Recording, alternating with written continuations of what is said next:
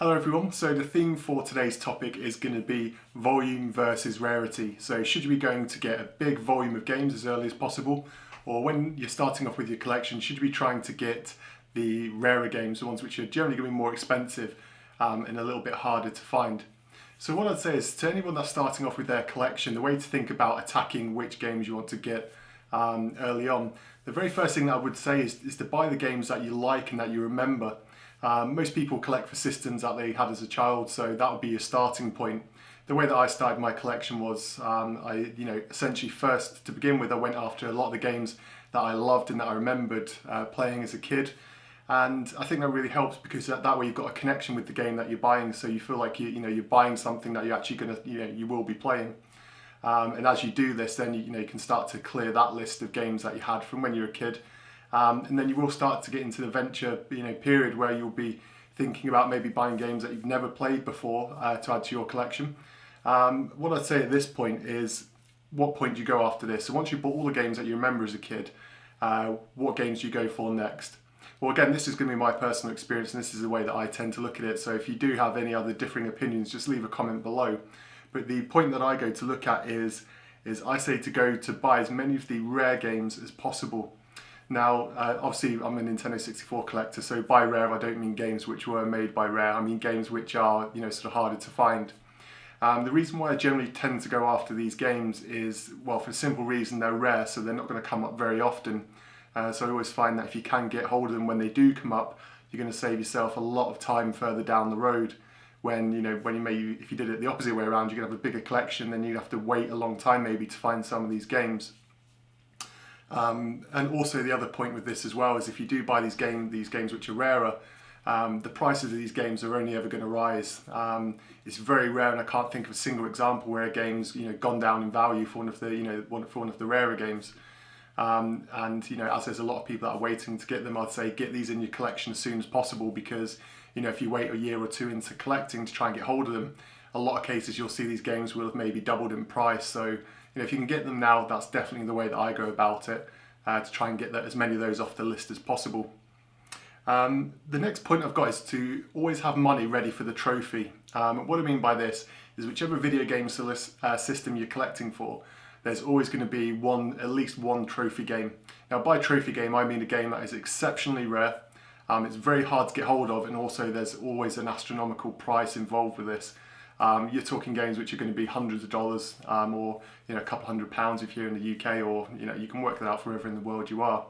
What I'd say is that the whole time that you're collecting, if you want to be a serious collector, this is different from hobbyists who'll just pick up games when they see them. If you're going really serious into collecting, the one tip that I would always have is to have the money ready to buy the trophy game if you see it available.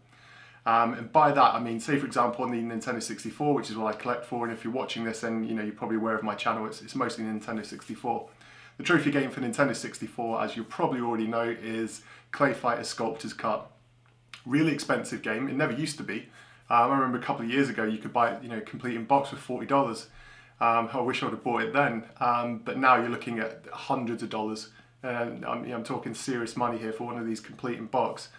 Even the carts alone, sell for quite a lot. So what I always say to do is, if that game becomes available, I know that I've got the money ready set aside to be able to buy that straight away if it's a price, that I think is realistic on that. So it's really important, I'd say, to always have the money ready.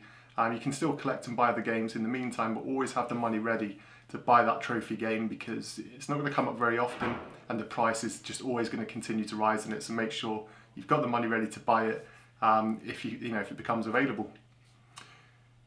The next point that I've got is to buy games that are becoming rarer. There's lots of ways that you can check this. The first thing is you can go on eBay and look at, put in a game's title and then look at the history for purchases. So only search for sold versions of the game rather than the live listings. By doing this, you can build up a picture and you can see games which are starting to slow down in sales. By doing this, you can generally tend to spot when a game's starting to get to that point where it's going to fall from being the uncommon game into the rare category. You can also use forums to check this as well. So there's lots of different forums like N64 Forever, Nintendo Age, lots of different places where you can speak to people, and you can generally tend to get a feel about the games people are wanting to get hold of. which is really keen to do. Also, there's the apps that you can use as well. So I showed you in the last video the N64 Collector app. It's available for all of the systems. What the app shows you now is you can actually input your own, so say if you buy a game, users who are using the app can put in their own ratings for Rarity to go alongside the ratings that the developers of the app have put. So an example of this would be Shadowgate 64.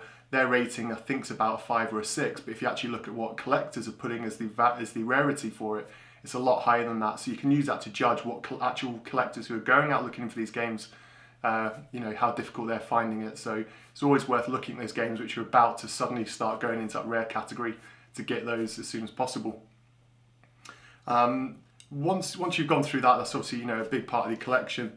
The next point that I've got is the last option to buy low-end games. And what I mean by low-end games are games which are relatively common, but there's two categories of common games. There's common games which have got a high value and common games which have got a low value.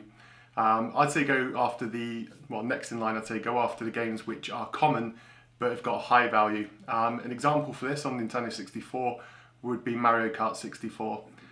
It's a common game, exactly the same as Conker's Bad Fur Day. It's a common game. You can go on eBay any day of the year and you'll always see numerous copies of this available. However, the price of these, because people love the game so much, is always really high.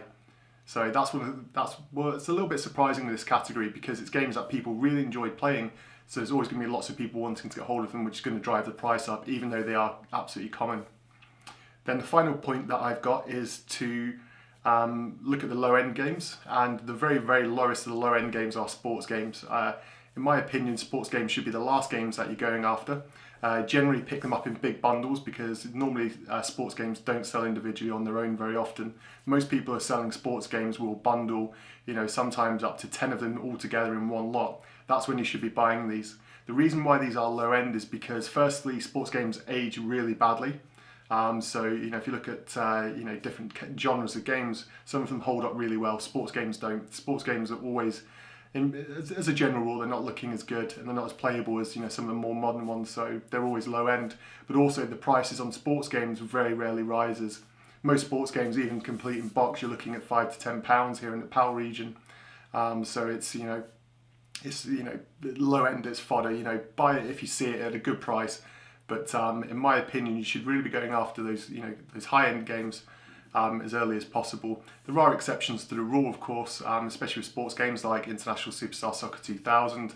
But as a general rule, sports games are your last resort.